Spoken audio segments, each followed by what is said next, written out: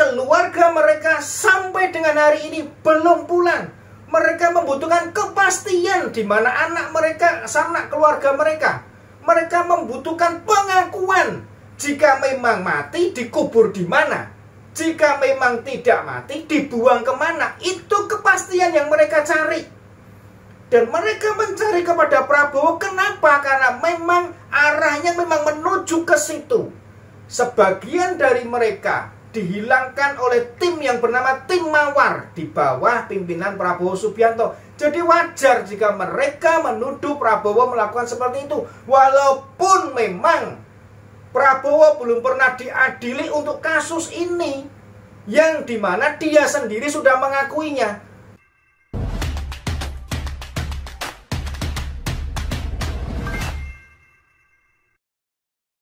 Emmanuel Ebenezer atau kita kenal dengan nama Noel. Pada waktu yang lalu kita mengerti yang bersangkutan adalah ketua dari Jokowi Mania. Dan sekarang dia berubah menjadi ketua Prabowo Mania 08. Sobat-sobatku semuanya, perpindahannya ini menimbulkan pertentangan banyak pihak. Dan perpindahannya ini menimbulkan tanda tanya banyak pihak. Apa yang dicari oleh Noel dan apa yang akan didapat oleh Noel. Karena kita tahu apa yang dibela oleh Noel sebetulnya itu adalah yang kemarin dimusuhin oleh Noel pada tahun 2019. Sobat-sobatku semuanya, di Twitter seorang mantan sekjen PRD dengan akun yang bernama Peter Harry, di situ dia mengunggah pernyataan Noel dari sebuah media yang mengatakan bahwa Noel akan memperkarakan atau memproses hukum bagi orang-orang yang saat ini atau selama ini selalu senantiasa membicarakan masalah Prabowo tersangkut dalam pelanggaran hak asasi manusia. Menurut Noel, Prabowo tidak terbukti. Dan dia sendiri menyatakan bahwa dia tidak pernah mendapatkan bukti bahwa Prabowo melakukan tindakan hal tersebut. Sontak hal ini menjadikan ramai Twitter. Karena semua rakyat saat ini memang sudah memiliki sebuah kepastian, sebuah pandangan yang valid, yang solid, bahwa Prabowo memang benar terlibat di dalam kasus-kasus penculikan aktivis 98. Yang beberapa di antaranya adalah sang pemilik akun ini, Peter Harry. Juga ada lagi yaitu Budiman Sujatmiko yang saat ini juga bergabung dengan Noel di dalam pendukung Prabowo Subianto untuk menjadi capres atau presiden pada tahun 2024. Sobat-sobatku semuanya, ini sesuatu yang aneh jika Noel mengatakan bahwa Noel tidak mendapatkan bukti atau tidak memiliki bukti. Beberapa waktu yang lalu beredar surat keputusan dari Dewan Kehormatan Perwira. Di dalam surat keputusan itu jelas tertulis bahwa Prabowo bertanggung jawab, bahwa Prabowo melakukan tindak pidana ketidakpatuhan, dan pidana lain yang dilakukan Prabowo adalah merampas kemerdekaan orang lain dan penculikan. Makanya keluarlah keputusan dari DKP yaitu pencopotan penonaktifan Prabowo dari dinas kemiliteran yaitu ABRI pada waktu itu.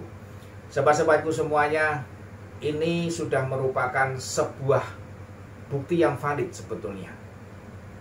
Tetapi Noel masih mencari bukti lagi yang dia katakan tidak ada buktinya. Bukti kedua yang valid, yang sangat-sangat valid, Prabowo mengatakan dengan sendirinya bahwa dia memang terlibat di dalam kasus penculikan itu bersama dengan tim mawarnya. Dan itu pun diakui juga di hadapan Budiman Sujatmiko. Budiman Sujatmiko juga mendengar. Maka menurut saya, maka saran saya kepada Noel, kalau Anda ingin mencari bukti, ya tanyakan sendirilah dengan Prabowo. Atau tanyakan dengan Budiman.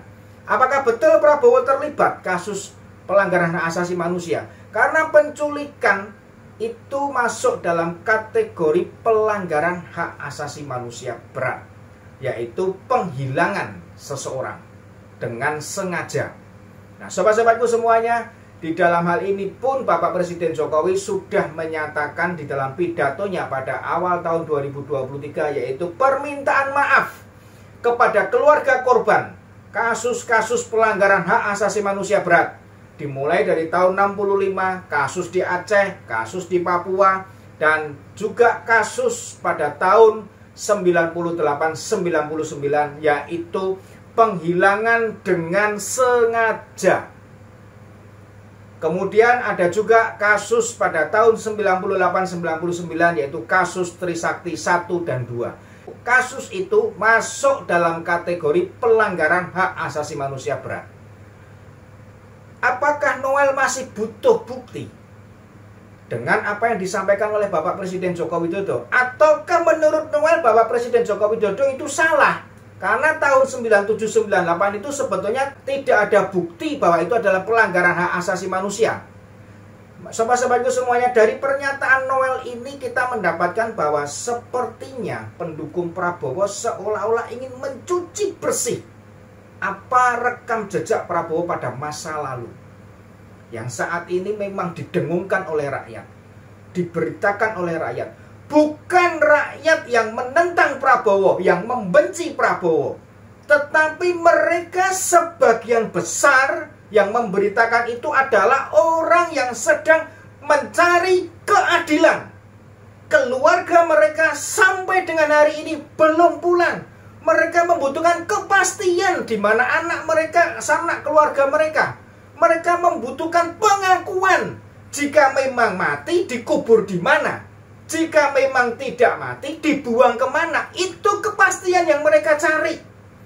Dan mereka mencari kepada Prabowo. Kenapa? Karena memang arahnya memang menuju ke situ. Sebagian dari mereka dihilangkan oleh tim yang bernama tim Mawar di bawah pimpinan Prabowo Subianto. Jadi wajar jika mereka menuduh Prabowo melakukan seperti itu. Walaupun memang Prabowo belum pernah diadili untuk kasus ini, yang dimana dia sendiri sudah mengakuinya. Sobat-sobatku semuanya, tim-tim pendukung ini sungguh tidak wajar. Seharusnya mereka bisa mengobati kekecewaan keluarga itu dengan menceritakan, dengan menarasikan bahwa Prabowo itu seperti ini, bahwa Prabowo itu begini, buktinya ini, saya jadi saksi hidup, saya buktinya. Harusnya dia menarasikan seperti itu sehingga bisa mencuci, membersihkan nama Prabowo Subianto. Bukan seperti ini.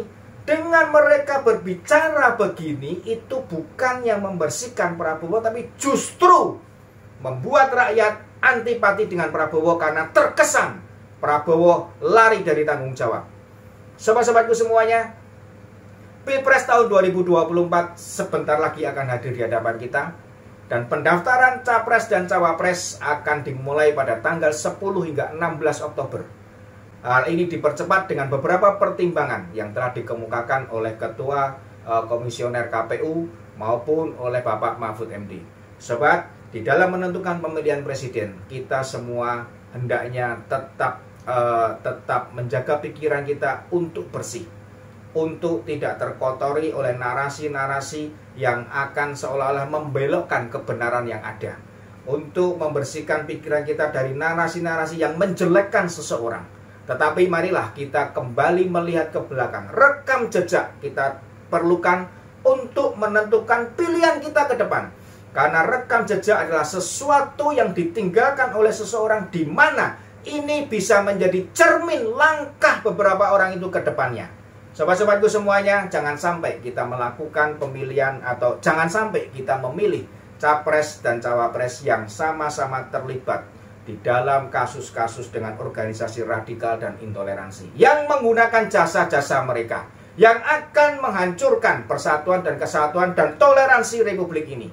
Mari kita menjaga kebersihan hati nurani kita. Mari bersama-sama kita jaga pikiran kita untuk memilih presiden yang benar-benar telah terbukti rekam jejaknya mampu membawa negara ini, mampu membawa rakyat untuk bisa bersatu, untuk memecahkan segala sesuatunya dengan damai, untuk mencari solusi-solusi yang baik di atas pertentangan-pertentangan yang timbul di masyarakat.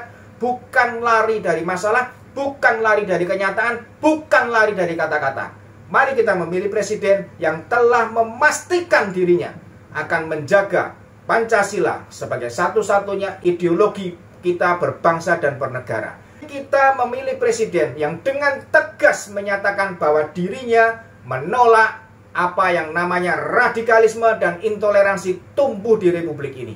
Sobatku semuanya, mari kita bersama-sama dengan presiden ini untuk menyongsong Indonesia maju, Indonesia sejahtera.